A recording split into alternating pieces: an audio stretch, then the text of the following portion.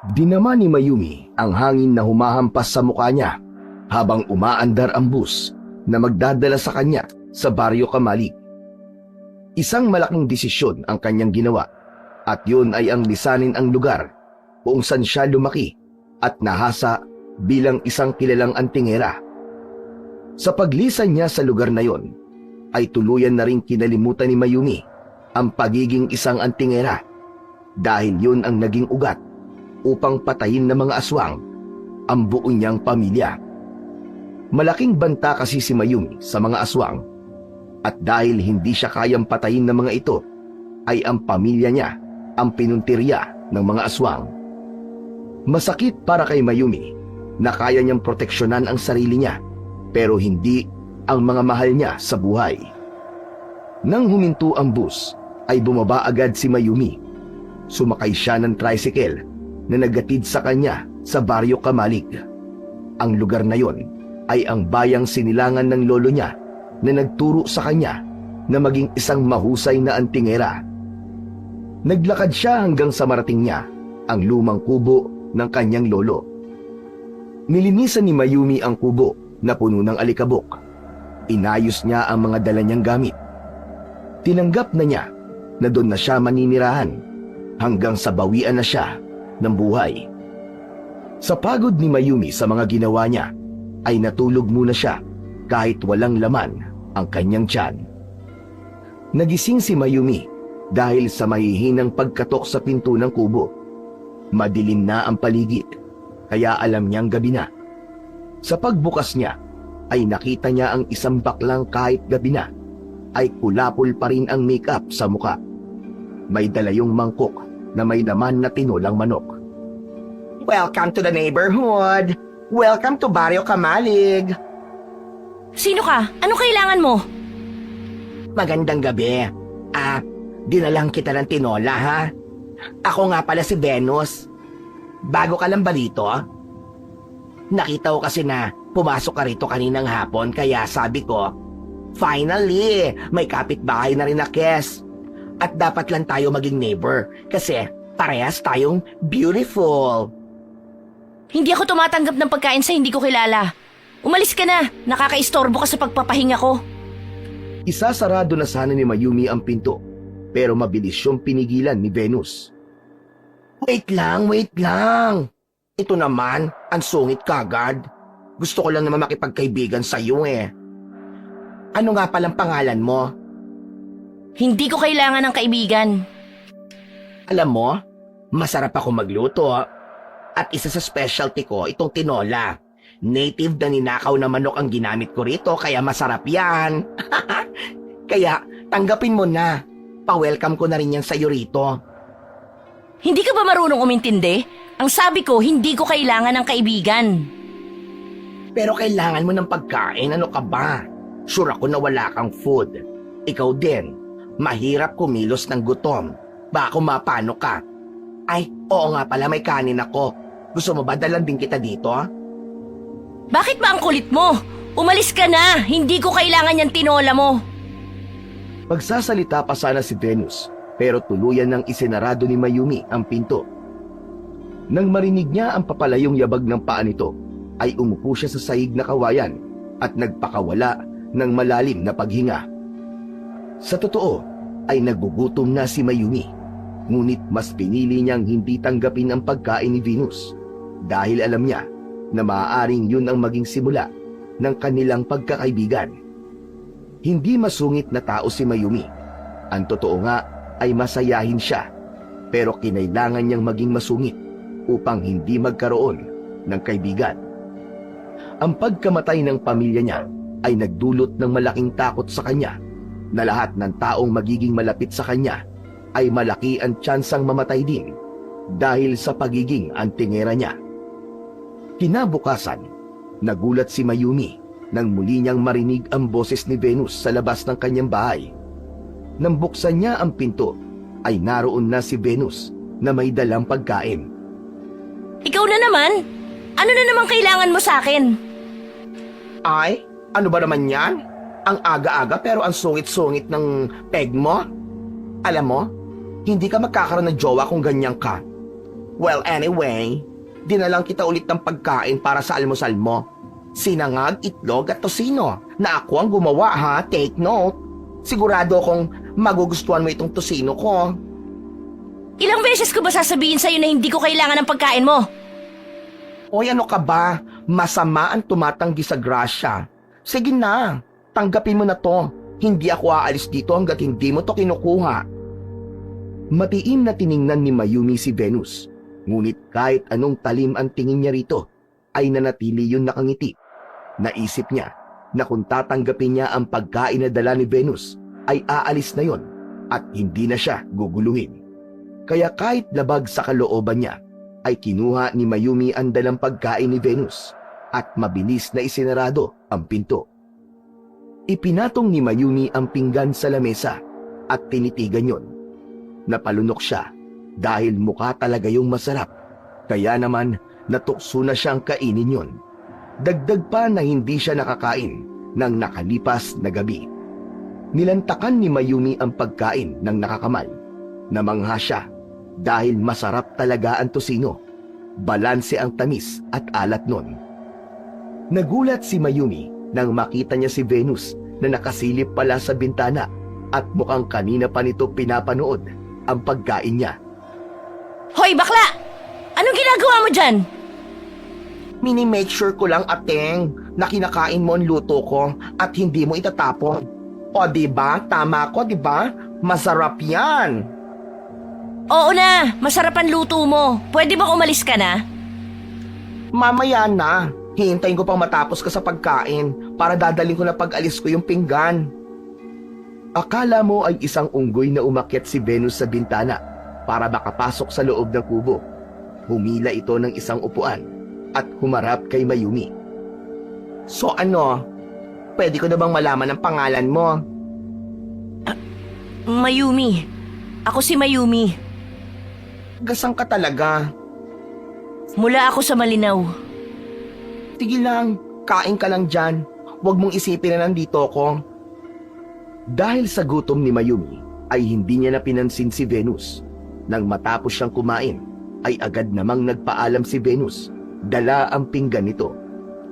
Nang mag-isa na si Mayumi sa kubo, ay nagpakawala siya ng isang malalim na paghinga. Hindi niya alam, ngunit tila dahil sa pagiging makulit at masayahin ni Venus, ay naging magaan agad ang loob niya rito. Ang akala ni Mayumi ay huminto na si Venus sa pagdala ng pagkain sa kanya matapos niyang tanggapin ang isang beses ang pagkaing binibigay nito.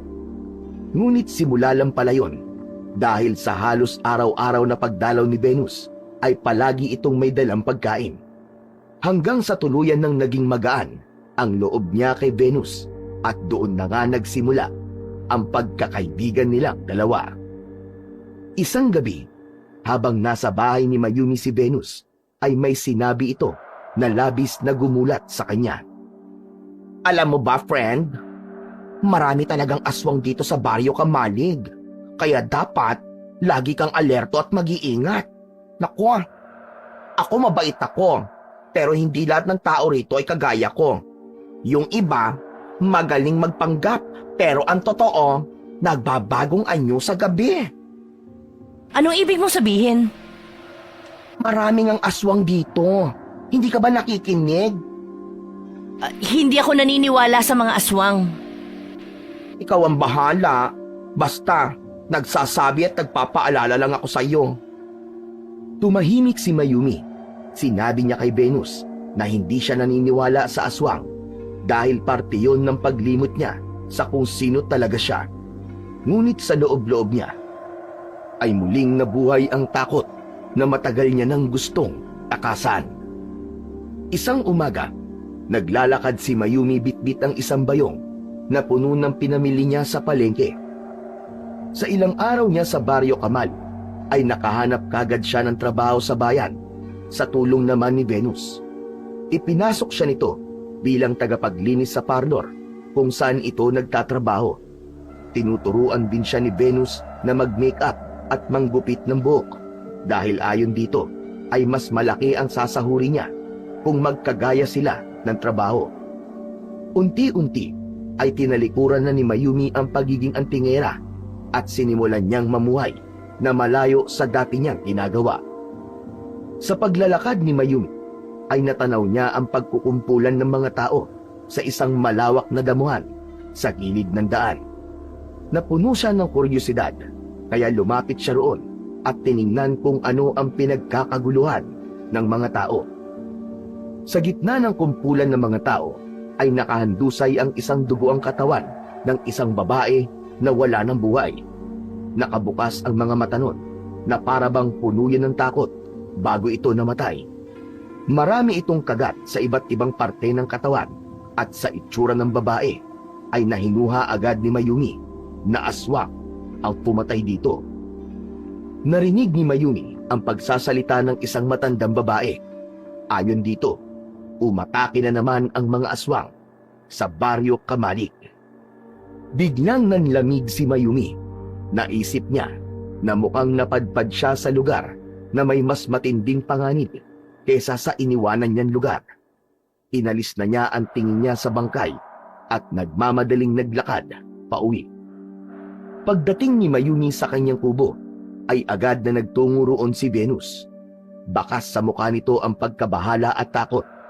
Habang inaayos niya ang mga pinamili, ay kinausap siya ng bago niyang kaibigan. Friend, alam mo na ba yung nangyari ngayon? May natagpuan na namang patay na babae kanina doon sa damuhan, malapit sa bahay ni Kapitan. Ay naku, Diyos ko po. Hindi ko nga tiningnan at takot na takot akong makakita ng patay. Oo, nadaanan ko. Nakita ko yung katawan ng babae. Pero halos wala na siyang dugo sa katawan. Gawa ba talaga ng aswang yun, Venus? Tumango si Venus at iniabot kay Mayumi ang basket. Sa lugar na ito? Naku, hindi na ako magtataka. Marami talaga ang aswang dito sa Baryo Kamalig, lalo na't liblib ito. Kaya wag na wag ka talaga magtitiwala kagad sa mga tao rito, ha? Bakit, Venus? Isa ka ba sa mga aswang dito? Ano? Ako aswang? Of course not, Choknat. Pero alam mo, iba ang inaaswang ko. Mga lalaki. Joke lang. Hoy, paano ako magiging aswang? Eh di sana, dati pa kita biniktima, no? Saka, kung magiging aswang ako, mga boys na ang bibiktimahin ko kasi lason para sa akin ang mga pechay. Bahagyang natawa si Mayumi sa sinabi ni Venus. Pero alam mo, akala ko dati, tahimik at payapa dito sa Baryo Kamalig. Kaya nga ako dito lumipat pero nagkamali pala ako. Alam mo, Mayumi, tahimik nga ang baryong ito sa paningin ng hindi nakakaalam na maraming aswang dito. Pero dati naman ay tahimik talaga dito eh. Kaya lang, pinamugaran na ito ng aswang kasi masyadong liblib. Madali na para sa mga tsakang aswang na yon na magtago rito. Kung marami na palang aswang dito, bakit hindi na lang umalis sa mga tao? May ilang umalis na rin, pero mas marami ang nananatili at tinatanggap na lang nila ang panganib na kakambal ng lugar na ito kasi wala silang kakayahan na umalis eh. Marami kasi sa mga taga rito, walang anda. Anong anda? Anda, datong, pera, salapi, money. Huminga ng malalim si Mayumi at naisip niya na mukhang nagkamali siya sa paglipat sa Baryo Kamalig. Ay, akala ko nakatakas na ako sa ganitong uri ng panganib. Tumakas ako sa lugar namin dahil sa mga aswang, pero sa lugar na mukhang mas maraming aswang pala ako babagsak. Kaya nga dapat mag-iingat ka, friend. Maraming aswang dito na magaling magtago. Hindi mo alam kung sino ang aswang at sino ang hindi. Kaya dapat hindi ka basta-basta nagtitiwala. Mahirap na, no? Hindi na nagsalita pa si Mayumi. Naisip niya na umalis na lang sa Baryo Kamalig, pero agad din niyang binura ang planong yon dahil wala na siyang mapupuntahan. Nangako na lamang siya sa sarili na kahit na anong mangyari ay hindi na siya babalik sa pagiging antingera niya at magiging bulag at bingi na lamang siya sa panganib na nasa kanyang paligid. Sa gitna ng tahimik na gabi ay nagising si Mayumi sa malakas at puno ng takot na sigaw na nagmula sa labas ng bahay ni Venus. Nagsitayuan ang balahibo niya sa kanyang mga braso at agad siyang napabalikwas ng bangon. Lumapit siya sa bintana at sumilip. Nakita niya si Venus na tumakbo palabas ng bahay nito habang ang muka ay puno ng takot at namumuo ang mga luha. Wala itong tigil sa pagsigaw at paghingi ng tulong. Agad na binuksan ni Mayumi ang pinto at tinawag si Venus. Tumakbo naman si Venus papunta sa kanya at nang makapasok ito ay mabilis niyang isinara ang pinto. May malaking sugat si Venus sa braso. Walang tigil ang pag-agos ng dugo sa kanyang mga kamay. Anong nangyari sa'yo, Venus? Bakit ka may sugat? Masok na aswang sa bahay ko habang tulog ako. Gusto niya akong patayin. Mabuti na lang nakalabas ako sa bahay ko. Ano ba yan? Akala ko katapusan ko na talaga. Natigilan si Mayumi nang maramdaman niya na may aswang sa labas ng kubo. Hindi na siya nagdalawang isip pa. Agad niyang kinuha ang isang maliit na kahon na nakatago sa lagayan niya ng mga damit. Kinuha niya mula roon ang isang anting-anting na nagtataglay ng proteksyon laban sa mga aswang. Isinuot niya yon at walang pag-aalinlangang kinuha ang matalim na itak na nakatago sa gilid ng pinto. Mayumi, anong gagawin mo? Nasa labas pa rin ang aswang. Kailangan ko siyang labanan. Huwag ka nang lumabas, friend. Delikado yan. Hindi mo alam kung gaano kasama ang aswang na yon. Kaya ko ang sarili ko. Basta, dito ka lang. Bago pa man makahirit si Venus, ay lumabas na si Mayumi sa kanyang kubo. Hawak ang itak. Hinawakan niya ng maigpit ang anting-anting na nakasabit sa kanyang leeg at naniwala siya sa kapangyarihan nun. Paglabas ni Mayumi ay biglang may lumitaw na aswang mula sa likod ng punong nakatayo sa labas ng kubo. Nasa harap na niya ang aswang. Isang nilalang na may matutulis na kuko, mabangis na mata at mga pangil na kayang-kayang pumunit ng laman. Umalis ka na rito! Dahil kung hindi, mapipilitan akong tapusin ang buhay mo sa gabing ito! Imbis na matakot ang aswang, ay mas lalo pa yung naging mabangis sa sinabi ni Mayumi. Mabilis ang naging pagkilos ng aswang at agad yung umatake kay Mayumi. Iniwasan naman ni Mayumi ang aswang at sinugatan niya ito sa tagiliran gamit ang itak. Kasunod noon ay malakas niyang tinaga ang braso nito at sumirit ang dugo ng aswang. Nagpalitan ng pag-atake si Mayumi at ang aswang, pero kahit isang beses ay hindi nagawang masugatan ng aswang si Mayumi. Umikot ang aswang sa likuran ni Mayumi at tinangkang sunggaban siya mula roon. Pero mabilis na lumingon si Mayumi, sabay saksak ng itak sa leeg nito. Napangiti si Mayumi nang masilayan ang gulat sa mukha ng aswang. Sa paghugot niya ng itak ay napaluhod ang aswang sa lupa hanggang sa padapayong bumagsak. Pinaikot ni Mayumi ang itak sa mga kamay niya at matapang na tiningnan ang walang buhay na aswang. Matapos mapatay ni Mayumi ang aswang, ay pumasok siya sa kanyang kubo. Huminga siya ng malalim at tinanggal ang anting-anting mula sa kanyang leeg. Ibinalik niya yon sa kanyang kahon. Umupo siya sa sahig at hindi pa rin siya makapaniwala na muli siyang nakipaglaban sa isang aswang. Si Venus naman ng mga sandaling yon ay humarap sa kanya at masayang pumalakpak. OMG! Grabe, Mayumi! You're my hero na talaga! Hindi ko akalain na kaya mong gawin yun. Akala ko ay isa ka lang mainihin na babae, pero grabe ka umariba ha, sa pakikipaglaban mo sa aswang. Saan ka natuto makipaglaban ng ganon, ateng? Ang lolo ko ang nagturo sa akin.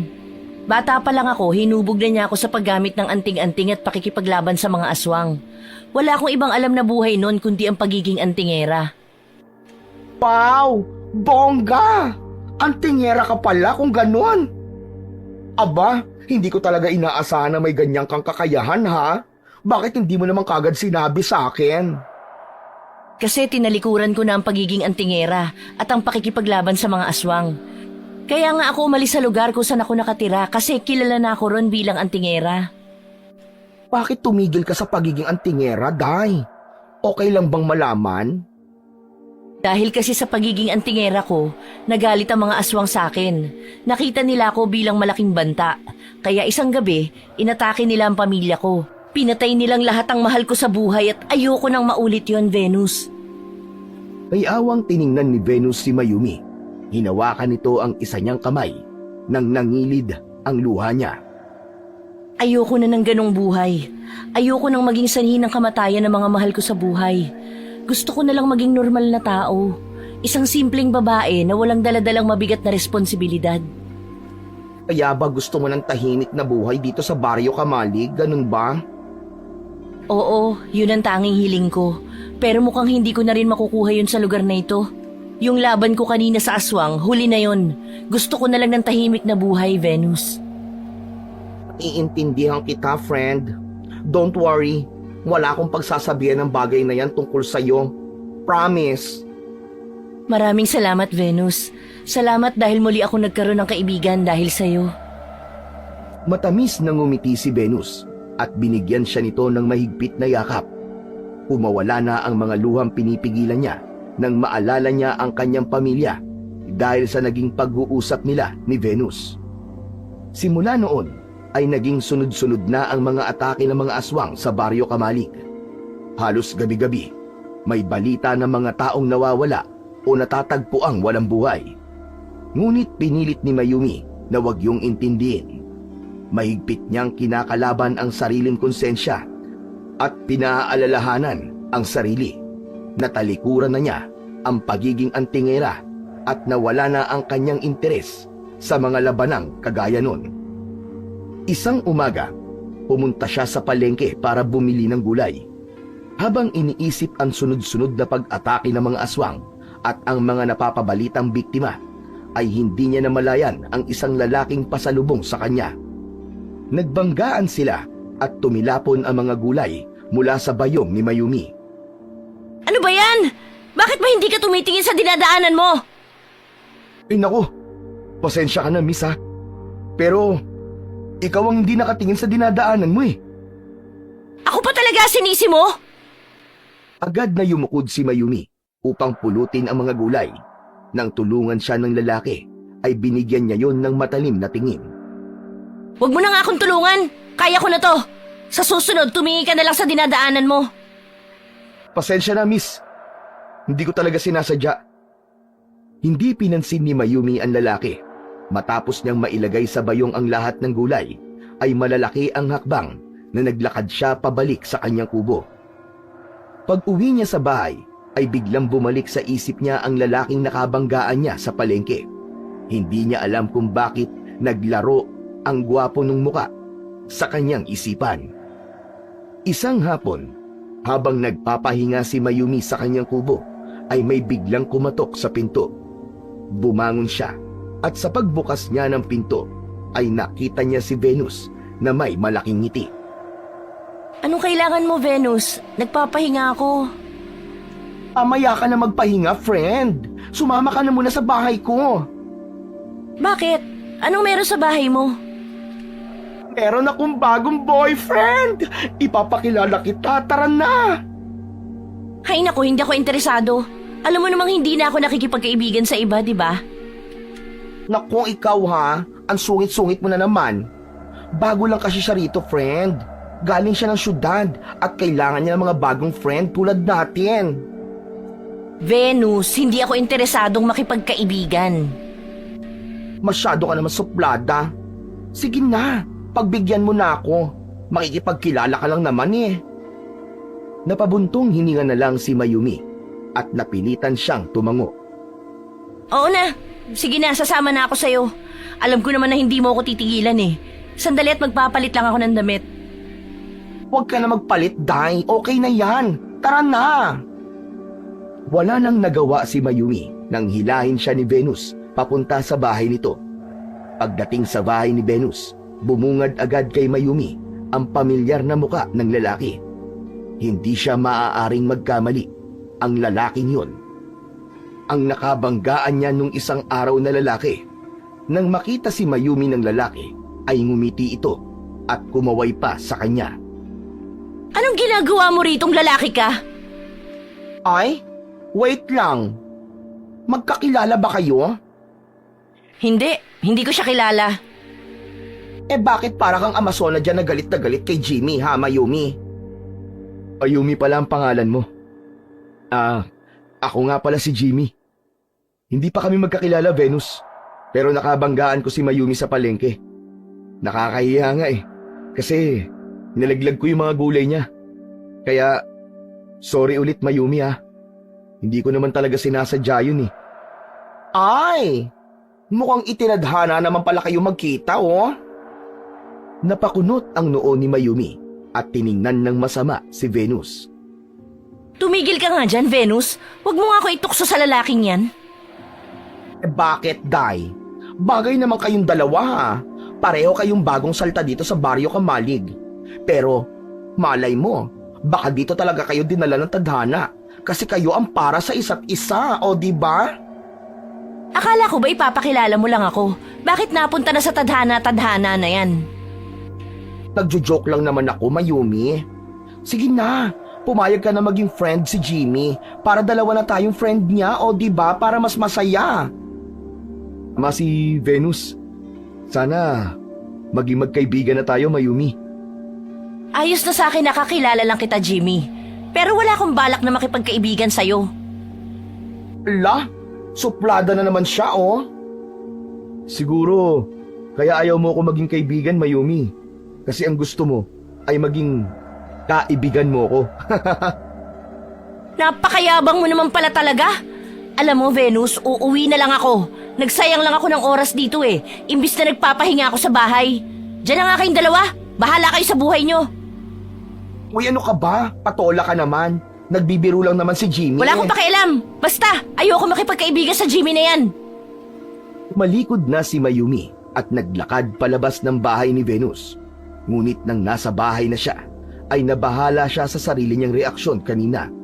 Hindi niya maintindihan kung bakit parang mainit ang dugo niya kay Jimmy. Ngunit hindi rin niya mapigilang isipin ang ngiti ng binata habang siya'y tinutokso nito kanina. Kinagabihan, habang tahimik na kumakain si Mayumi sa loob ng kanyang kubo, ay narinig niya ang boses ni Venus sa labas. Hindi na siya nagulat dahil halos gabi-gabi na lang na dumadalaw ang kanyang masiyahing kaibigan na yon. Binuksan niya ang pinto at nakita si Venus na may dalang mangkok ng sinigang. Hello, friend. May niluto akong sinigang, oh. Baka gusto mo. Sayang naman kung hindi mo matitikman. Halika, pasok ka. Tamang-tama kasi kumakain na rin ako. Nakangiting pumasok si Venus at inilapag ang mangkok sa lamesa. Umupo na rin ito nang umupo si Mayumi. Oh, bakit nandito ka pa? Ako na ang maghahatid ng mangkok mo pagkatapos kong kumain. Hihintayin ko na lang. Saka, meron din akong sasabihin sa iyo, friend eh. Kung tungkol lang yan doon sa mayabang na Jimmy na yon, wag na. Ayoko nang pag-usapan natin ang lalaking yun. Mayumi, hindi naman mayabang si Jimmy eh. Palabiro lang talaga siya kagaya ko. Pero bakit ba ayaw mo maging friend si Jimmy ha? Saka, ang OA-OA naman ang pagtataray mo sa kanya. Ganun ba kalaki ang naging kasalanan niya sa'yo? Pambihira ka naman. Kasi wala na akong balak na makipagkaibigan pa sa iba. Tama na sa akin na meron ako isang kaibigan. At ikaw na yon, Venus. Alam mo, friend, mabait naman talaga si Jimmy eh. Mapagbiro lang talaga siya. Baka naman, pwede mo siyang bigyan ng pagkakataon. Naku, hindi na. Sanay na akong mag-isa. Mas mabuti na yung ganito. Sa totoo lang, masaya na ako na ikaw lang ang kaibigan ko dito sa Baryo Kamalig. Ayoko nang magdagdag pa ng isa. Hinawakan ni Venus ang kamay ni Mayumi at tumitig ito sa kanya. Hindi pa rin ba nawawala ang takot mo? Natatakot ka pa rin ba na baka mapahamak ang mga mahal mo sa buhay? Kaya ayaw mo magkaroon ng maraming kaibigan, ganun ba, friend? Sandaling natahimik si Mayumi. Bumigat ang kanyang dibdib sa tanong na yon. Ngunit hindi niya ito sinagot. Sa halip, pilit niyang iniiwas ang kanyang mga mata sa tingin ni Venus. Mayumi, alam kong marami kang pinagdadaanan. Pero wala ka nang dapat ikatakot ngayon. Huminto ka na naman sa pagiging antingera, di ba? Wala nang dahilan para habulin ka pa ng mga aswang na yon. Napalunok si Mayumi ngunit nanatili pa rin ang lamig ng kanyang ekspresyon. Kahit papilit niyang sinasabi sa sarili na wala na siyang dapat ikatakot, ay hindi pa rin niya magawang alisin ang takot na baka maulit ang nangyari sa kanyang nakaraan.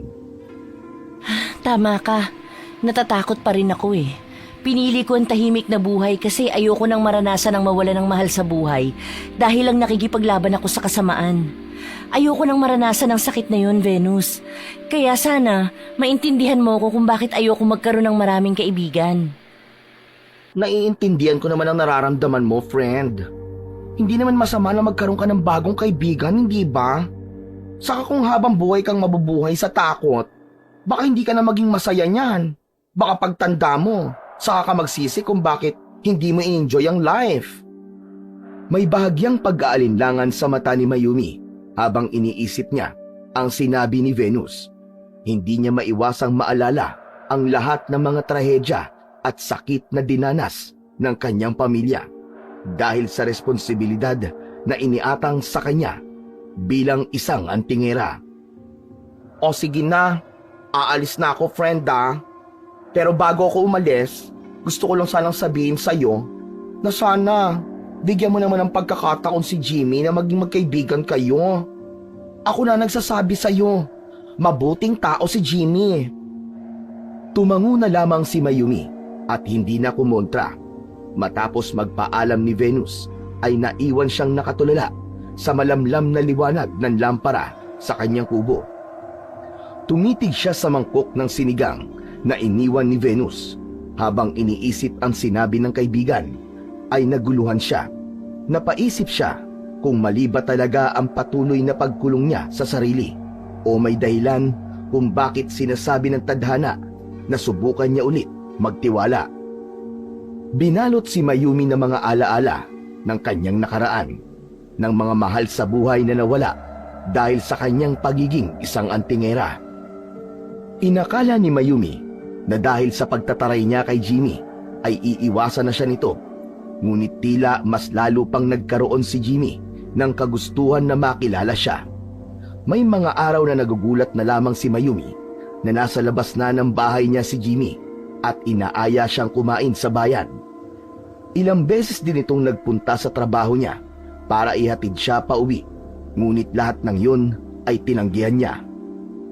Hanggang isang araw, nagtapat si Jimmy kay Mayumi na may gusto ito sa kanya at nais siya nitong ligawan.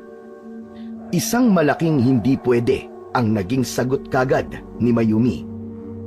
Isang gabi, galing si Mayumi sa trabaho. Habang palapit na siya sa kanyang kubo, ay nakita niya si Jimmy na nakatayo sa labas ng kanyang kubo. Meron itong bitbit na isang bungkus na mga bulaklak. Agad na nagtaas ng kilay si Mayumi at tumigil sa harap ng bintana. Jimmy, ano na naman yan? Ilang beses ko na bang sinabi sa'yo na huwag ka nang magpapakita sa akin?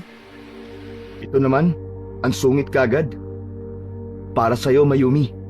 Kahit pa araw-araw mo akong tarayan, hindi magbabago ang katotohanan na gusto kita. Ewan ko sa'yo. Sinasayang mo lang ang oras mo sa akin. Wala kang mapapala sa akin. Tandaan mo yan. Ganun eh, tanggapin mo na lang itong mga bulaklak. Please. Ayoko ng bulaklak. Kalat lang yan eh. Umuwi ka na kasi baka mamaya may makasalubong ka pang aswang. Hindi ako natatakot sa mga aswang. Ang importante ay maipakita ko sa'yo kung gaano kita kamahal. Huwag mo nang sayangin ang oras mo sa akin, Jimmy. Maghanap ka na lang ng ibang babae. Hindi ako ang tamang tao para sa'yo. Alam mo, Mayumi, kahit ganyan ka, hindi kita susukuan.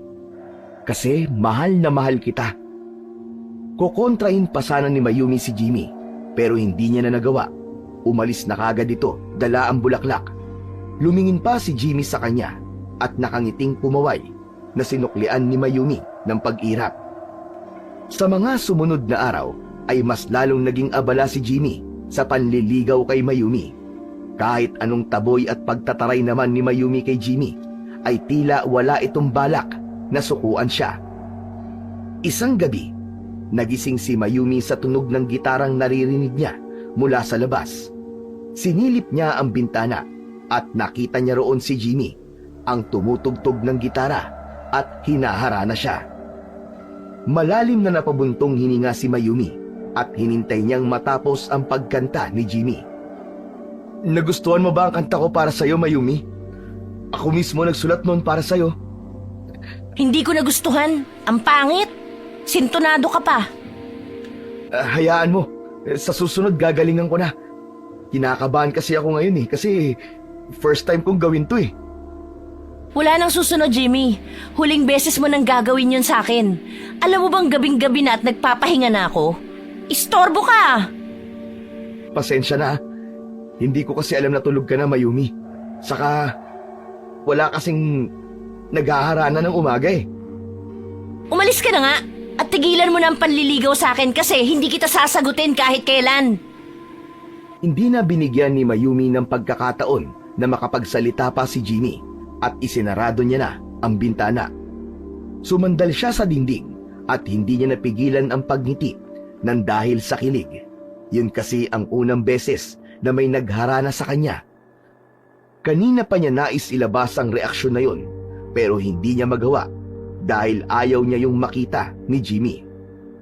Kinabukasan, habang nag-iigib si Mayumi sa poso, ay napasimangot siya nang makita niya si Jimmy na nakangiting palapit sa kanya.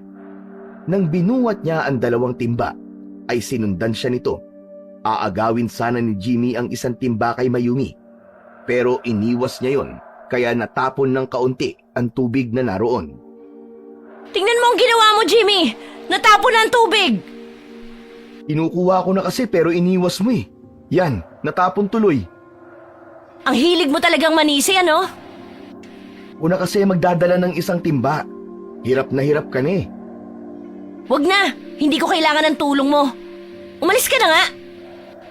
Ngunit mapilit si Jimmy. Nagtagumpay itong kunin kay Mayumi ang 1 timba at mabilis itong naglakad papunta sa kubo ni Mayumi. Hoy! Jimmy! Ibalik mo yung timba ko! Isunod mo na lang yung 1 timba! Ako nang bahala rito sa isa! Nagpatuloy si Jimmy sa paglayo kay Mayumi habang bitbit ang 1 timba ng tubig. Nang makarating si Mayumi sa kubo niya, ay nasa labas si Jimmy habang nakangiti ng matamis sa kanya. Ramdam ni Mayumi ang pagiging matyaga ni Jimmy sa panliligaw sa kanya, pero desidido siyang pigilan ang kung anumang nararamdaman niya upang hindi ito mapahamak. Isang gabi, habang nakahiga si Mayumi, ay biglang sumagi sa isip niya si Jimmy.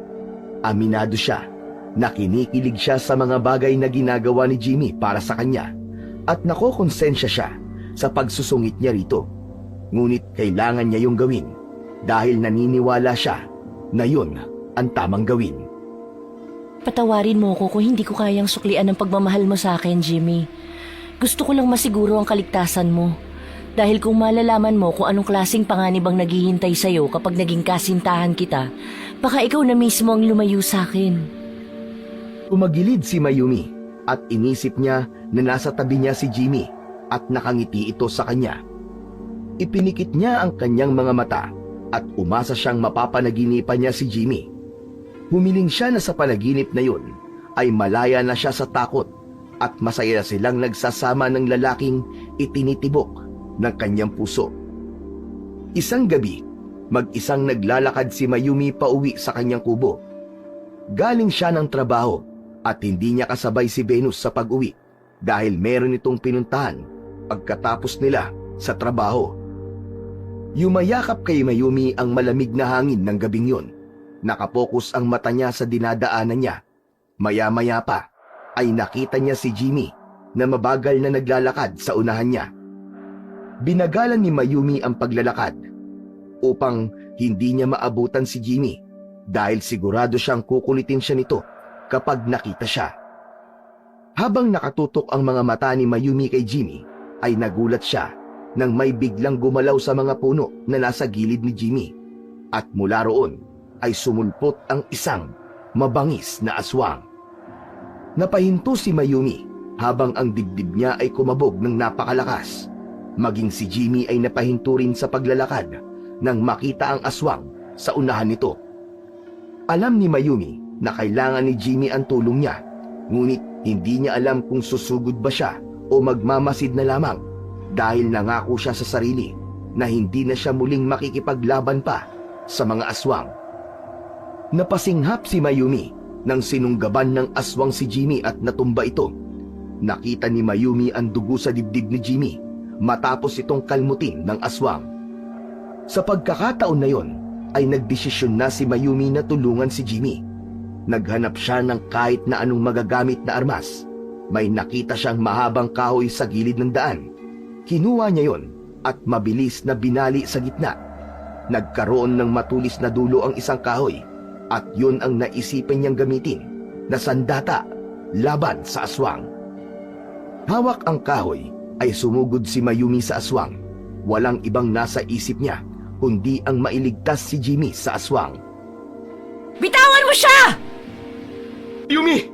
Mayumi, malis ka rito! Biglang nagulat ang aswang sa presensya ni Mayumi. Sumugod yun sa kanya, ngunit mabilis siyang umiwas at inundayan ito ng saksak sa tigiliran. Gamit ang kahoy, nagliyab ang galit sa kanyang puso habang paulit-ulit niyang sinasaksak ang aswang hanggang sa tuluyan itong bumagsak sa lupa. Tumayo si Jimmy at lumapit kay Mayumi. Mayumi, salamat sa pagligtas mo ng buhay ko, ha? Walang anuman. Ayos ka lang ba? Hindi nga eh. Mukhang malalim tong sugat ko sa dibdib. Ang mabuti pa ihatid na lang kita sa bahay mo. Mahirap na, baka may makasalubong ka na namang aswang. Sige. Maraming salamat ulit. Inalalayan ni Mayumi si Jimmy sa paglalakad. Tila may kuryenteng dumaloy sa katawan ni Mayumi nang magdikit ang balat nila ni Jimmy. Pero hindi niya ipinahalata kay Jimmy na apektado siya sa pagkakadikit nila at umakto siya na parang wala lamang yon sa kanya. Pagdating nila sa bahay ni Jimmy ay umupo ito sa maliit na bangko. Itinuro ni Jimmy kay Mayumi kung nasaan ang first aid kit nito at agad yung kinuha ni Mayumi. Maingat na nilinis ni Mayumi ang sugat sa dibdib ni Jimmy. Grabe, hindi ko akalain na ang galing mo pala makipaglaban sa aswang. Para bang sanay na sanay ka na. Hindi ko rin alam kung paano ko nagawa yon. Siguro dahil gusto ko mailigtas ka kaya nagawa kong patayin yung aswang. Pero tanong lang, bakit mo ko iniligtas? Dahil ba sa... Huwag mong bigyan ng kahulugan yon, Jimmy. Huwag mong isipin na espesyal ka para sa akin kaya kita tinulungan. Kahit sino na nasa kalagayan mo ay ililigtas ko rin. Mabilis na tinapos ni Mayumi ang paglalagay ng gamot at benda sa sugat ni Jimmy at nagpaalam na siya. Muling nagpasalamat si Jimmy sa kanya. Nang makalabas na si Mayumi sa bahay ni Jimmy, ay doon niya naramdaman ang bigat sa kanyang puso. Pakiramdam niya, anumang sandali ay bibigay na siya at aamin na siya kay Jimmy sa totoo niyang nararamdaman para rito. Kaya sa gabing yon ay nangako siya sa kanyang sarili na iiwasan na niya si Jimmy. Bago pa siya traidorin ng sarili niyang nararamdaman para sa binata. Nagpatuloy si Mayumi sa paglalakad habang pilit niyang kinukumbinsi ang sarili na dapat niya nang kalimutan ang pagmamahal niya kay Jimmy. Ngunit sa kaibuturan ng kanyang puso, alam niyang hindi magtatagal ay hindi niya na magagawang pigilan pa ang totoo niyang nararamdaman sa lalaking unang nagpatibok ng kanyang puso. Sa gabing iyon ay hindi magawang makatulog ni Mayumi. Patuloy siyang nakikipaglaban sa sarili niyang damdamin.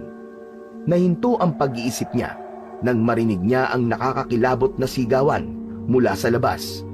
Dahan-dahan siyang lumapit sa bintana at halos huminto ang kanyang hininga nang makita niya ang kalunos-lunos na pangyayari sa Baryo Kamalig. Naroon ang mga aswang at inaatake ang mga tao kahit pa nasa loob ng bahay ang mga yon. May ilang nagtangkang pumasok at tumakas, ngunit walang nakaligtas sa mabilis na kilos ng mga aswang. Isinarado ni Mayumi ang bintana at lumayo roon. Nagtungo siya sa isang sulok ng kubo.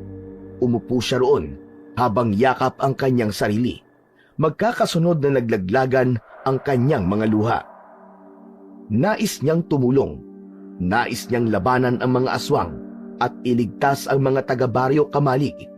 Ngunit bumalik ang takot niya na baka kapag lumaban siya ay balingan ng mga aswang ang mga mahal niya sa buhay. Patawarin niyo ako. Hindi ko kayo pwedeng tulungan. Patawad. Ang patuloy ang mga sigawan sa labas, ay patuloy na isiniksik ni Mayumi ang sarili sa isang sulok ng kanyang kubo. Tinakpan niya ang kanyang mga tenga upang kahit paano ay hindi niya marinig ang paghingi ng tulong ng mga tao sa labas. Mas naging matindi ang bawat sigaw ng mga nasasaktang tao, ngunit pinilit niyang isantabi ang lahat ng iyon. Nagising si Mayumi kinaumagahan na may bigat sa kanyang dibdib. Mahapdi ang kanyang mga mata mula sa magdamag na pagluha. Lumabas siya ng kubo at naglakad patungo sa bahay ni Venus upang alamin ang nangyari. Sa kanyang paglapit, nakita niya si Jimmy at Venus na nag-uusap sa labas. Bakas sa mukha ng dalawa ang lungkot at takot. "Oh, kumusta ka, Mayumi? Hindi ka ba inatake ng mga aswang sa kubo mo?" Hindi. Walang aswang na nagtangkang pumasok sa kubo ko. Friend, maraming namatay kagabi. Nakakalungkot na may mga batang nadamay. Napalunok si Mayumi nang marinig ang sinabi ni Venus. "Matagal na bang may ganoong pag-atake rito?"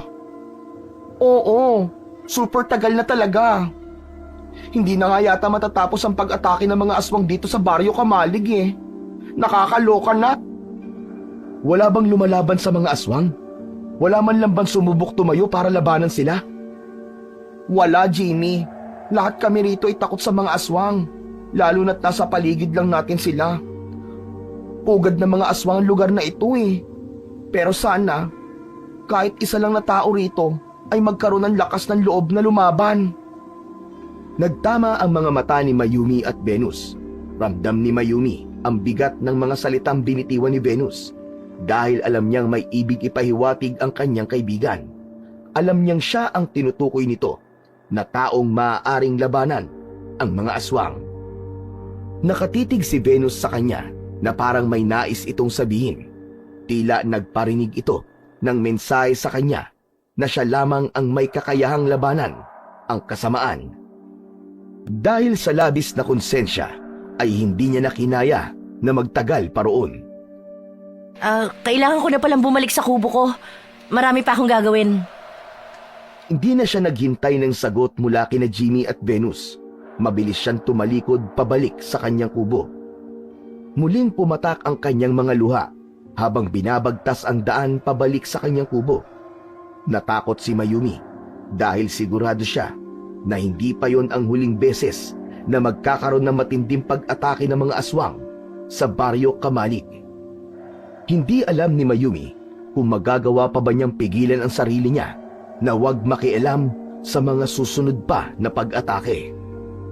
Pagdating ni Mayumi sa loob ng kanyang kubo, ay uminom siya ng tubig at umupo. Nagulat siya nang biglang pumasok si Venus at dire-diretsyong lumapit sa kanya. Ayumi, nandito ako para makiusap. Kailangan ka namin, friend. Kailangan ka ng mga taga-Baryo Kamalig. Ikaw lang ang may kakayahang labanan ng mga aswang na yun. Alam mong hindi na ako pwedeng bumalik sa pakikipaglaban sa mga aswang, Venus. Ayoko nang mapahamak ang mga mahal ko sa buhay. Okay lang sa akin kahit mapahamak ako. Kung maraming tao naman na maililigtas mo. Hindi ko hahayaan na mapahamak ka dahil kaibigan kita. Hindi mo ba naiintindihan? Oo, maaaring hindi ako mapatay ng mga aswang dahil sa mga anting-anting ko. Pero hindi ibig sabihin na walang mawawala sa akin. Paano kung kayo ang balikan ng mga halimaw na yun? Hindi ako makakapayag na merong mangyaring masama sa inyo ni Jimmy. Ano ka mo? Si Jimmy? Kasama si Jimmy?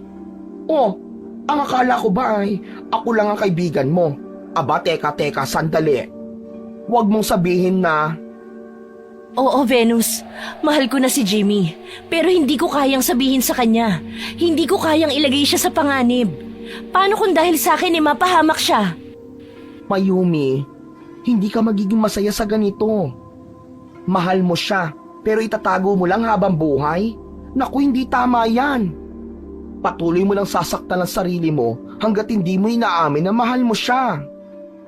Mas mabuti nang masaktan ako kaysa mailagay ko kayo sa panganib. Hindi ko kaya ang ideya na may mawala pa sa buhay ko dahil lang sa desisyon kong lumaban. Pero paano naman ang mga tao rito, friend? Hindi mo ba naisip yun? Na kaya ka napunta rito ay dahil dinala ka rito ng tadhana kasi meron kang misyon na kailangan gawin dito sa Baryo Kamalig. Venus, hindi mo naiintindihan. Hindi ko nababalikan ang pagiging antingera. Tapos na ang yugto na yun sa buhay ko. Kung kailangan nyo ng proteksyon, humingi kayo ng tulong sa iba. Pasensya ka na, pero hindi ko na kayang bumalik sa ganung buhay. Matiim na tiningnan ni Venus si Mayumi. May hinanakit sa mga mata nito.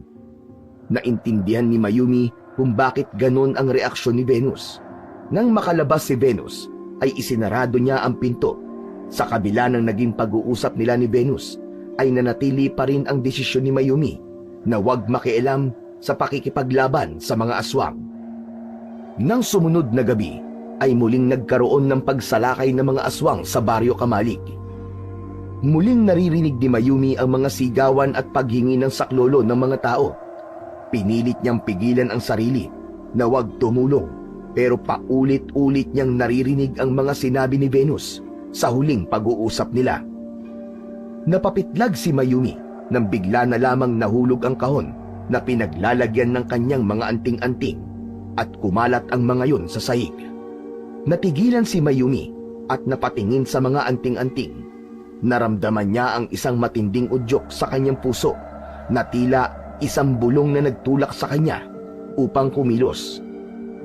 Dahan-dahang dinampot ni Mayumi ang tatlo sa pinakamalalakas na anting-anting niya.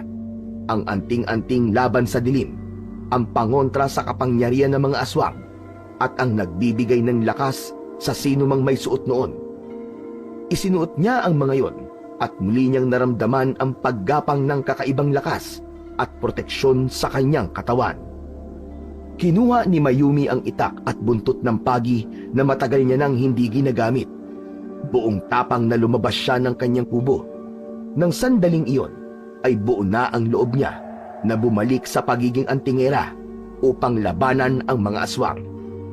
Nakita ni Mayumi ang ilang aswang na nagtangkang makapasok sa bahay. Hindi nagdalawang isip na sumugod si Mayumi.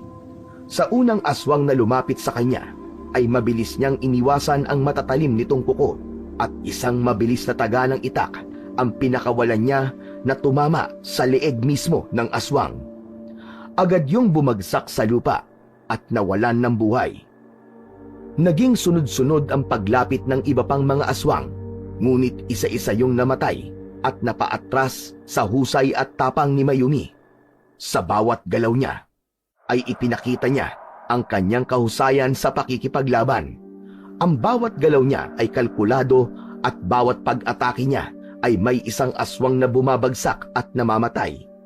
Isa pang aswang ang sumugod mula sa kanan niya, ngunit mabilis siyang sinalubong ni Mayumi ng kanyang itak na tumagos sa katawan nito.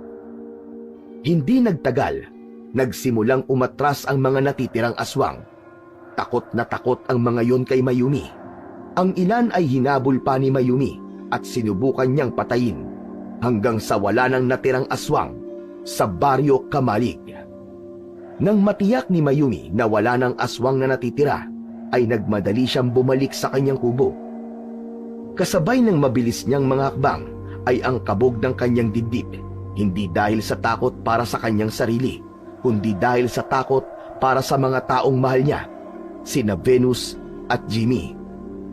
Sa pagbabalik ni Mayumi sa kubo, ay isang malamig na kaba ang bumalot sa kanyang puso. Alam niya na hindi nalihim sa mga aswang ang kanyang lakas at kakayahan. Isang matinding takot ang bumalot sa kanya, na baka isang araw, gaya ng nangyari noon sa kanyang pamilya, ay bumalik ang mga aswang at gawan ng masama ang mga taong malapit sa kanya. Patawarin niyo ko, Venus, Jimmy. Sana hindi sila gumanti sa inyo. Sana ako na lang ang harapin nila. At sa gabing yun, bagamat nanalo siya sa labanan, ay ramdam ni Mayumi ang takot para sa buhay ng dalawang tao na malapit sa kanyang puso. Hanggang sa isang desisyon ang biglang nabuo sa utak ni Mayumi. Nagdesisyon siya na tuluyan ng lumayo kina Venus at Jimmy. Hindi niya na kayang ipagsapalaran ang kaligtasan ng mga ito. Mabilis siyang nag-impake ng kanyang mga gamit. Ilang piraso ng damit, ang kanyang itak, buntot ng pagi at lahat ng kanyang mga anting-anting. Matapos na mag-impake ay lumabas na siya ng kanyang kubo. Ngunit sa kanyang paglabas ng kubo ay nakita niya si Jimmy na nakatayo sa harap ng kubo na tila naghihintay ito roon. Jimmy, anong ginagawa mo rito? Gusto kitang makausap, Mayumi. Pero bakit parang aalis ka? Saan ka pupunta? Wala ka nang pakialam sa pupuntahan ko. Wala akong obligasyon na sabihin sa'yo kung saan ako pupunta dahil wala ka lang sa buhay ko. Mayumi, nakita kita kanina. Nakita ko kung paano mo harapin ang mga aswang. Grabe, napakahusay mo. Aral na aral ang mga galaw mo sa pakikipaglaban. Kaya hindi na ako naniniwala na nagagawa mo lang makipaglaban sa mga aswang dahil sa bugso ng iyong damdamin, Mayumi. Mayumi, umamin ka. Sino ka ban talaga? Napabuntong hininga si Mayumi. Sa pagkakataong yon, alam niyang wala na siyang magagawa kundi sabihin kay Jimmy ang katotohanan. Isa akong antingera, Jimmy. Ginagamit ko ang aking mga anting-anting para makipaglaban sa mga aswang. Pero matagal ko nang itinigil ang bagay na yon dahil napahamak ang pamilya ko. Sila ang binalikan ng mga aswang na kalaban ko. At ayoko nang mangyari ulit yun kaya lalayo na lang ako rito sa Baryo Kamalig. Ayoko may mangyaring masama kay Venus dahil siya na lang ang nag-iisang kaibigan na meron ako. Nagdesisyon na akong labanan ng mga aswang dito at nais kong isipin ang mga aswang na mag-isa ako sa buhay. Para kung meron man silang sasaktan, ako na lang at wala nang ibang madadamay. Hindi mo kailangan lumayo sa amin, Mayumi. Hindi ko kayang hindi ka nakikita sa araw-araw. Hindi mo ba naiintindihan ang mga sinabi ko? Kailangan kong lumayo, Jamie. Lahat ng taong mahalaga sa akin ay napapahamak dahil sa pakikipaglaban ko sa mga aswang.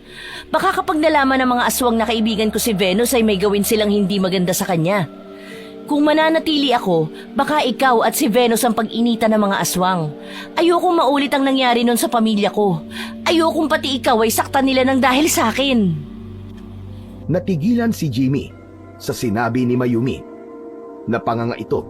Doon lang napagtanto ni Mayumi ang kanyang nasabi at alam niyang wala ng paraan upang mabawi niya yon. Tama ba narinig ko, Mayumi?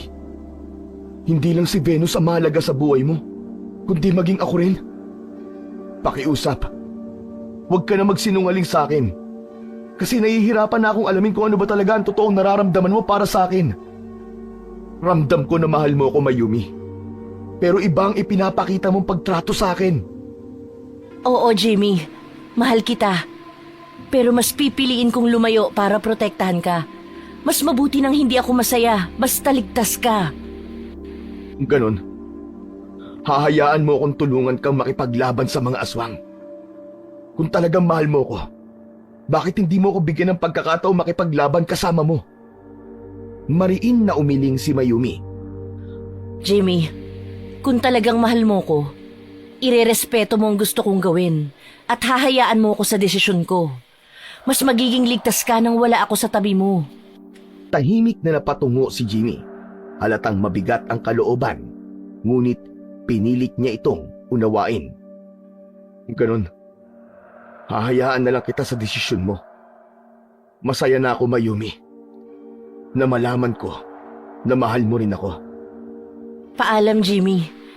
Ipagdasal na lang nating dalawa na dumating ang panahon na maging maayos na ang lahat at hindi ko na kailangan lumayo sa'yo. Nagpatuloy sa paglalakad si Mayumi. Sa bawat hakbang niya palayo, ay ramdam niya ang bigat sa kanyang dibdib. Kung siya lang ang masusunod, nais niya na manatili na lamang sa tabi ni Jimmy. Pero alam niya na hindi pa yun maaari sa panahon na yun. Tiniis ni Mayumi ang sakit at nagtungo siya sa kagubatan upang doon na manirahan. Malayo kay Venus at malayo kay Jimmy, ang lalaking kanyang minamahal. Sa gitna ng kagubatan ay natagpuan ni Mayumi ang isang kuweba. Bagamat hindi yun kasing komportable ng dati niyang kubo, ay pinili pa rin niyang doon muna manirahan at manatiling malayo sa mga taong mahalaga sa kanya upang hindi madamay ang mga ito sa laban niya kontra sa mga aswang. Tuwing gabi ay bumabalik si Mayumi sa Baryo Kamalig upang magbantay mula sa mga posibleng pagsalakay ng mga aswang. Tuluyan niya nang niyakap muli ang pagiging antingera na nakikipaglaban sa mga aswang. Isang gabi, napansin ni Mayumi na payapa ang Baryo Kamalig, kaya nagdesisyon na siyang bumalik sa loob ng kuweba. Habang naglalakad siya sa madilim na kagubatan, ay naramdaman niya na may tila sumusunod sa kanya. Mabilis niyang hinugot ang kanyang itak at tumago sa likod ng isang malaking puno. Narinig ni Mayumi ang unti-unting paglapit ng yabag sa kanyang pinagtataguan. Inihanda niya ang kanyang sarili. Nang malapit na ang mga yabag, ay mabilis siyang lumabas sa likod ng puno at itinutok ang itak sa leeg ng nilalang. Huwag kang kikilos! Papatayin talaga kita! Friend, ano ka ba? Ako to, friend, si Venus. Ang maganda mong kaibigan. Naku, wag mo akong papatayin, please. Ayoko pa mamatay. Virgin pa ako. Mabilis na inalis ni Mayumi ang itak sa leeg ni Venus. Ha? Venus? Anong ginagawa mo rito? Bakit mo ako sinusundan? Ano ba yan? Natakot ako. Kala ko katapusan ko na. Kasi mangyaring nakita kita kanina sa Baryo Kamalig. Kaya sinundan kita kasi gusto ko malaman kung saan ka nakatira ngayon. Nag-aalala kasi kami ni Jimmy sa'yo, Mayumi. Hindi mo na dapat ako sinundan, Venus. Umalis na nga ako sa Baryo Kamalig para makalayo sa inyo ni Jimmy, di ba? Bumalik ka na sa bahay mo. Umalis ka na, Venus. Hindi ako aalis, Mayumi. Saka, nagdala ko ng mga pagkain para sa'yo. Alam kong hindi sapat ang mga nakukuha mong pagkain dito sa gubat, kaya alam kong kailangan mo ang mga ito. Tingnan mo nga ang sarili mo, oh. Ang payat-payat mo na. Saka ba nakatira dito? Napabuntong hininga si Mayumi. Alam niya na hindi siya titigilan ni Venus hanggat hindi niya ito dinadala sa kanyang tirahan sa gubat. Wala siyang magawa kundi isama si Venus patungo sa kuweba.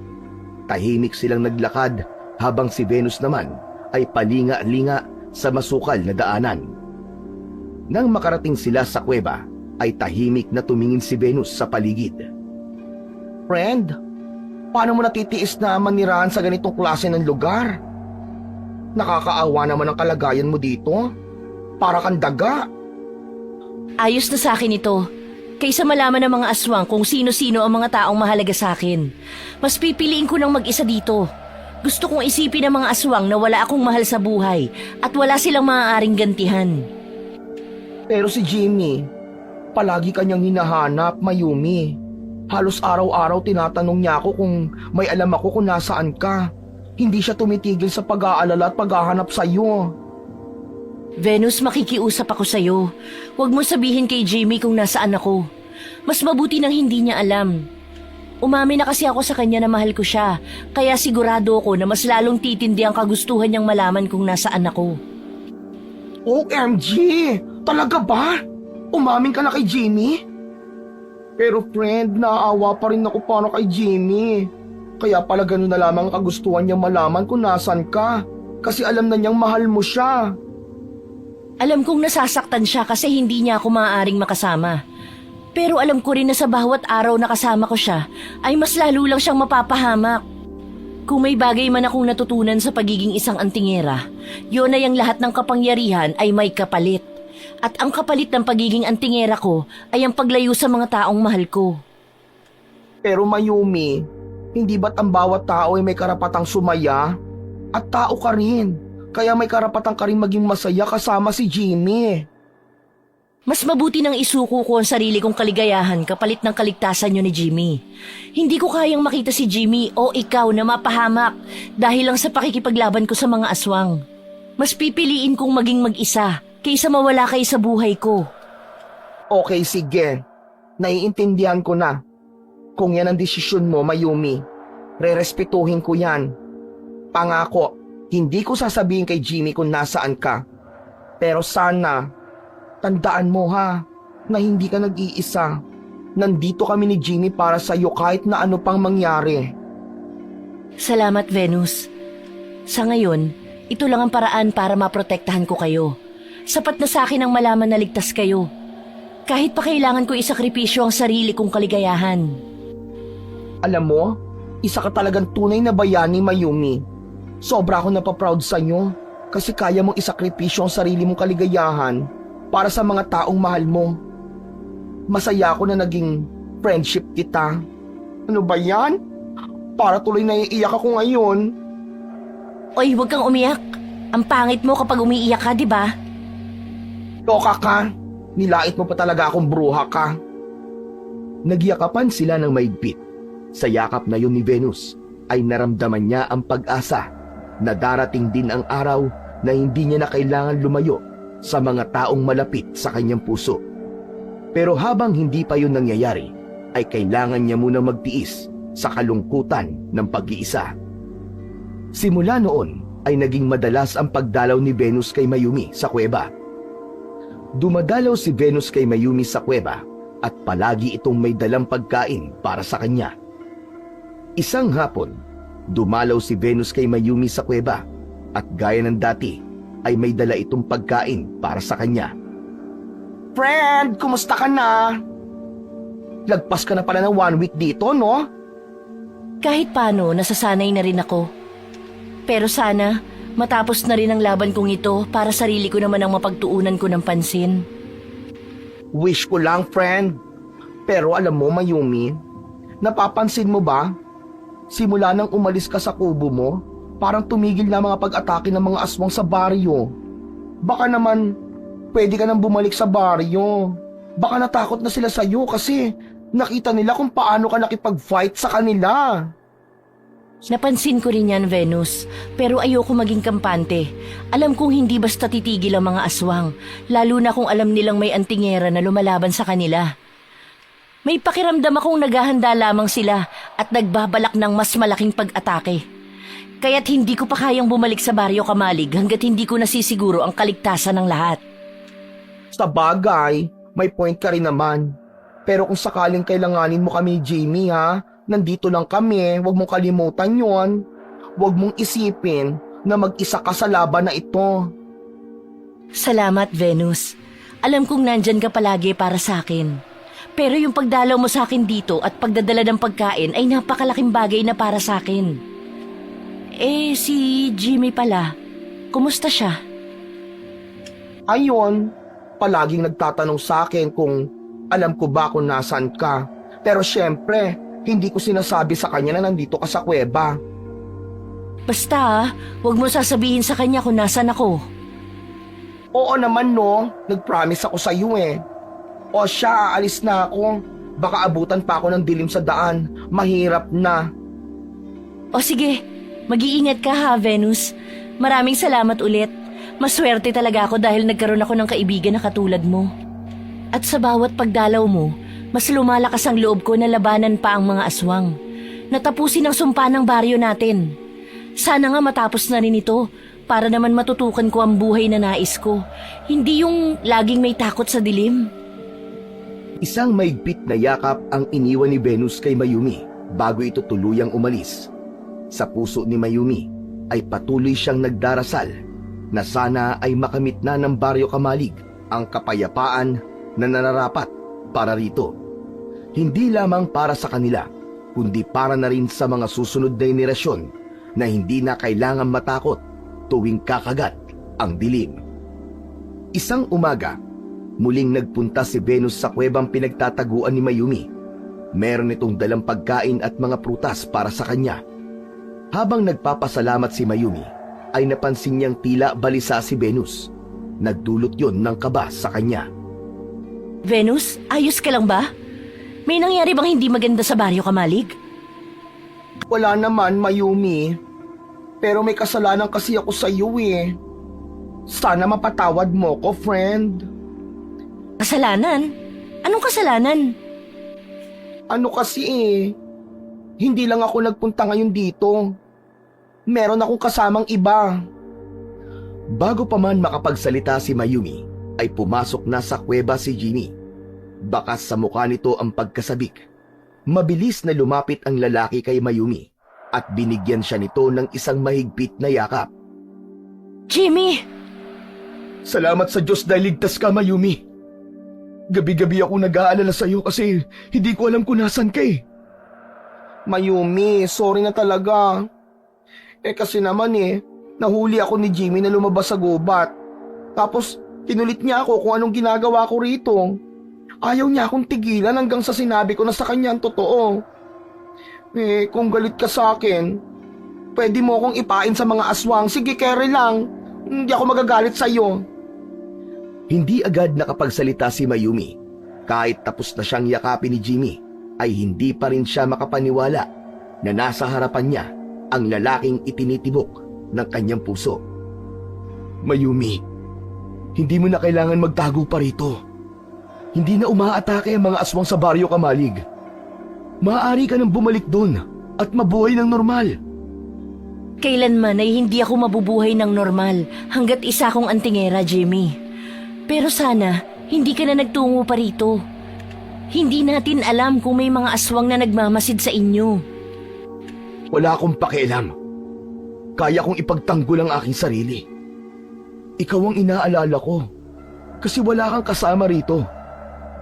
Kaya nakikiusap ako sa'yo. Bumalik ka na sa baryo. Hindi pa ako maaaring bumalik. Malakas ang pakiramdam ko na merong binabalak ang mga aswang kaya nananahimik sila ngayon. Huwag kang mag-alala dahil darating din ang araw na magkakasama tayong dalawa. Sa ngayon, magtiis muna tayo. Ang kaligtasan niyo ni Venus at ng mga tao sa Baryo Kamalig ang iniisip ko sa ngayon. Muling niyakap ni Jimmy si Mayumi. May sayang naramdaman si Mayumi sa kanyang puso. Pero sa likod ng kasiyahan na yon ay merong takot. Takot dahil hindi niya alam kung ano ang magiging epekto ng pagkakaalam ni Jimmy kung saan siya nagtatago. Pagsapit ng gabi ay naghanda na si Mayumi upang muling magtungo sa Baryo Kamalig. Matapos niyang isuot ang mga anting-anting na kailangan niya, ay lumabas siya ng kuweba na dala ang buntot ng pagi at itak. Ngunit sa paglabas niya ay may kakaiba siyang naramdaman sa paligid. Naalerto siya dahil alam niyang may mga aswang na nagtatago sa kung saan. Amoy na amoy ko kayo! Lumabas kayo! Pagsabi nun ni Mayumi ay sabay-sabay na lumabas ang mga aswang. Kahit madami ang mga yon, ay hindi nagpakita ng kahit na kaunting takot si Mayumi. Sabay-sabay na sumugod ang mga aswang kay Mayumi. Malakas siyang sumigaw at agad niyang inasinta ang mga aswang na unang lumapit sa kanya. Sinaksak niya yun ng itak sa leeg. Ginamit niya ang buntot ng pagi upang latayan ang iba pang mga aswang. Sa bawat saksak at taga ni Mayumi ng itak ay sinisiguro niya na merong aswang na babagsak. Puno na ng dugo ang buong katawan niya sa dami ng aswang na kanyang napatumba. May ilan na tumakas na lang at tila natakot sa husay sa pakikipaglaban na ipinamalas ni Mayumi. Ilang minuto lamang ang lumipas ay wala ng aswang sa paligid ni Mayumi. Habol niya ang kanyang paghinga at isang katanungan ang agad na pumasok sa kanyang utak. At yun ay kung paano nalaman ng mga aswang kung saan siya nagtatago. Nagtungo si Mayumi sa isang sapa na malapit sa kuweba at doon ay naglinis siya ng katawan. Habang inaalis niya ang dugo ng mga aswang sa muka, ay bigla siyang natigilan at napaisip. Isang hinala ang pumasok sa utak niya at sa tingin niya ay alam niya na ang sagot sa tanong kung bakit nalaman ng mga aswang ang kinaroroonan niya. Hindi na nagsayang ng oras si Mayumi. Kinabukasan ng umaga ay nagtungo siya sa bahay ni Venus upang bigyan ng babala ang kanyang kaibigan. Friend, anong ginagawa mo rito? Aba, maaga ka ngayon ha? Ano nangyari? Venus, nandito ako para magbigay ng babala tungkol kay Jimmy. Ano ka mo kay Jimmy? Ay bakit? Anong ginawa niya? Malakas ang kutob ko na isa siyang aswang. Sa tingin ko, espiya siya ng mga aswang sa baryo. Nako friend ha, mabigat na paratang yan. Sigurado ka ba sa sinasabi mo? Parang imposible naman yata. Kilala ko si Jimmy. Hindi siya ganong klase ng tao. Alam kong mahirap paniwalaan, pero pakinggan mo ko. Kagabi, umatake ang mga aswang sa kuweba ko. Napakarami nila at alam ko may nagbigay ng impormasyon sa kanila tungkol sa kinaroroonan ko. Hindi ba't kahapon ng umaga dinala mo si Jimmy sa kuweba? Nalaman lang ng mga aswang kung nasaan ako nang malaman ni Jimmy na sa kuwebang yun ako nagtatago. Ako, hindi ko alam sasabihin ko, Mayumi. Naguguluhan ako. Hindi ko maisip na magagawa ni Jimmy ang ganon. Ayokong mapahamak ka. Hindi ko sinasabing iwasan mo siya kasi baka makahalata siya na alam mo na kung ano talaga siya. Ang gusto ko ay handa ka kung sakaling totoo ang hinala ko. Matapos na mabigyan ni Mayumi ng babala si Venus, ay hindi na siya nagtagal paroon. Bumalik na siya sa kuweba at inihanda niya ang kanyang sarili dahil ramdam niya nahaharap siya sa isang matinding laban anumang oras. Masakit para sa kanya kung sakaling totoo ang hinala niya. Pero kapag napatunayan niyang isang aswang nga si Jimmy, ay hindi siya magdadalawang isip na paslangin ito kahit pa meron siyang nararamdaman para dito. Pagsapit ng gabi, muling naghanda si Mayumi sa pagtungo niya sa Baryo Kamalig upang magbantay. Sa paglabas niya ng kuweba ay nagulat siya dahil nakita niya si Jimmy na patakbong lumalapit sa kanya. Pawisan ito at habol ang paghinga nang makalapit kay Mayumi. Anong ginagawa mo rito, Jimmy? Mayumi, may kailangan kang malaman. Si Venus! Si Venus, Mayumi! Isa siyang aswang! Nakita ko mismo na nag-anyong aswang siya at nakita niya ako.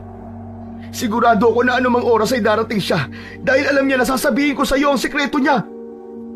Ang akala mo ba maluloko mo pa ako? Nung ibig mo sabihin? Alam ko na ikaw ang tunay na aswang at hindi si Venus. Ikaw ang nagsabi sa mga aswang ko saan ako nagtatago. Bago pa man makapagsalita si Jimmy, ay biglang dumating si Venus. Agad itong lumapit kay Mayumi at takot na yumakap.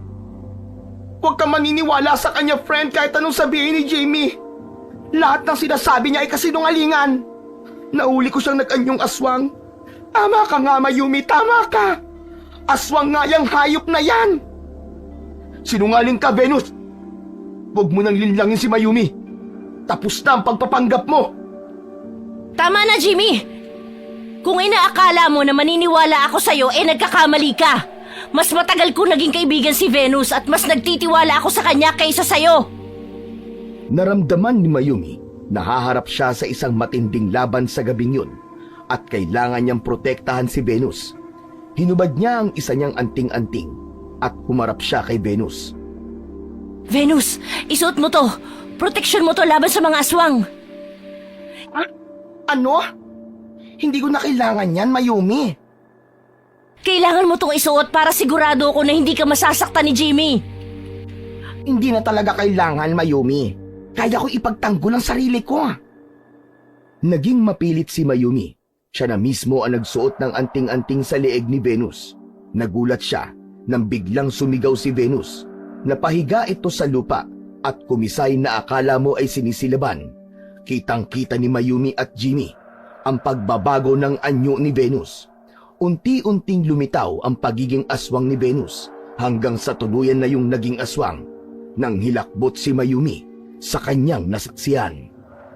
Tumayo si Venus at inalis ang anting-anting sa leeg. Nakakaloko itong ngumiti sa kanya. Venus, anong ibig sabihin nito?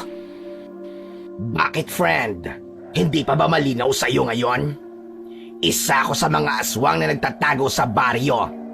Ang buong pagpapanggap na ito, ginawa ko lang para aliwin ang aking sarili. Pinaglaruan lang kita, Mayumi. Pinaglaruan ko ang emosyon mo at nagtagumpay naman ako. Ha? Pero magkaibigan tayo. Ikaw lang ang nag-iisip na magkaibigan tayo. Sinadya kong paatakihin ang mga aswang dito sa kuweba matapos magtungo rito si Jimmy. Ginawa ko yon para sa kanya mapunta ang lahat ng hinala mo. Ang saya kaya ng ginawa ko. Pinaglaruan at niloko kita at ikaw naman ito, uto-uto na naniwala. Itinuring kitang kaibigan, Venus. Walang yaka! Kaya nga mas masaya, hindi ba? Mas masarap linlangin ang mga taong labis na nagtitiwala sa'yo. Hindi napigilan ni Mayumi ang kanyang luha. Tumayo siya ng matuwid. Hawak ang kanyang itak at ang buntot ng pagi. Kung ganun, ngayon ko ipapakita sa'yo kung ano ang kayang gawin ng isang tunay na antingerang kagaya ko! Akala mo ba kaya mo ko? Sisirain ko yung mukha mo kasi dapat ay ako lang ang maganda sa baryo Kamalig.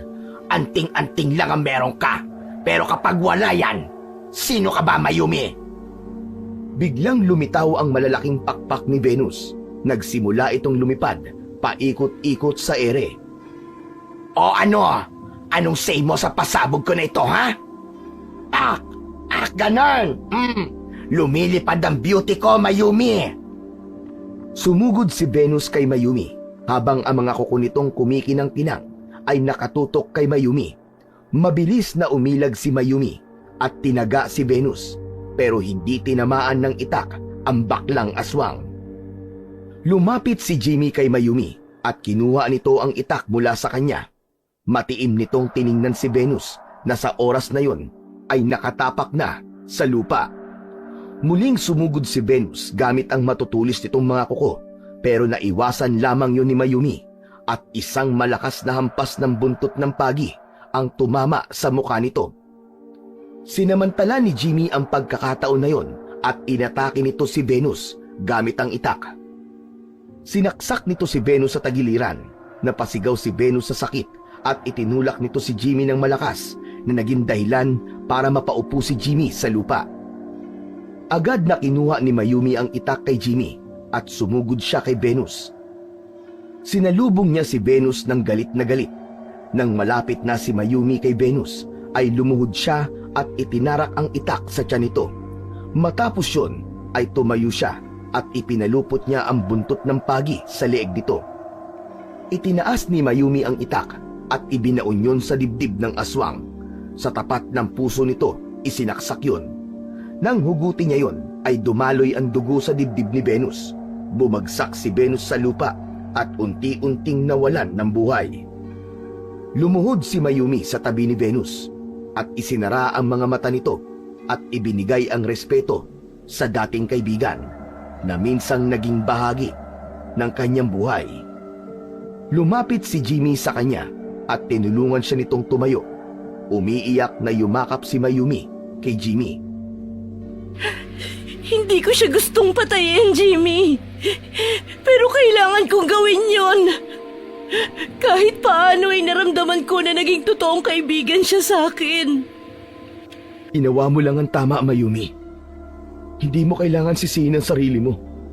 At sa tingin ko, ito na ang tamang panahon para magsama tayo, Mayumi. Magkasama nating lalabanan ng mga aswang sa baryo Kamalig. Hindi mo na kailangan gawin to na mag-isa. Pero Jimmy, ayokong mapahamak ka. Para sa iyo rin naman, handa ako mapahamak. Bukas ang loob kong magsanay sa paggamit ng mga anting-anting mo. Hindi ka na nag-iisa ngayon. Kasama mo na ako sa lahat na magiging laban mo, Mayumi. Napuno ng kasiyahan ang puso ni Mayumi sa sinabi ni Jimmy. Lubos na niyang naunawaan kung bakit sila pinagtagpo ni Jimmy at yun ay upang ipaalam sa kanya na hindi niya kailangan mag-isa sa laban. Sa kabila ng madilim na paligid, naramdaman ni Mayumi ang liwanag ng pag-asa. Magkahawak kamay silang naglakad pabalik sa baryo. Dala ang pangakong ipagtatanggol ito laban sa mga aswang. Sa pagtatapos ng gabing yon, ay sumibol sa puso ni Mayumi ang isang bagong simula. Alam ni Mayumi na hindi pa tapos ang pakikipaglaban niya sa mga aswang, pero sa pagkakataon na yon ay kasama na niya si Jimmy. At malaki ang tiwala ni Mayumi na kaya niyang harapin at pagtagumpayan ang lahat ng laban at pagsubok dahil nasa tabi na niya ang pinakamamahal niyang lalaki. At yun ay walang iba kundi si Jimmy. Dinama ni Mayumi ang hangin na humahampas sa mukha niya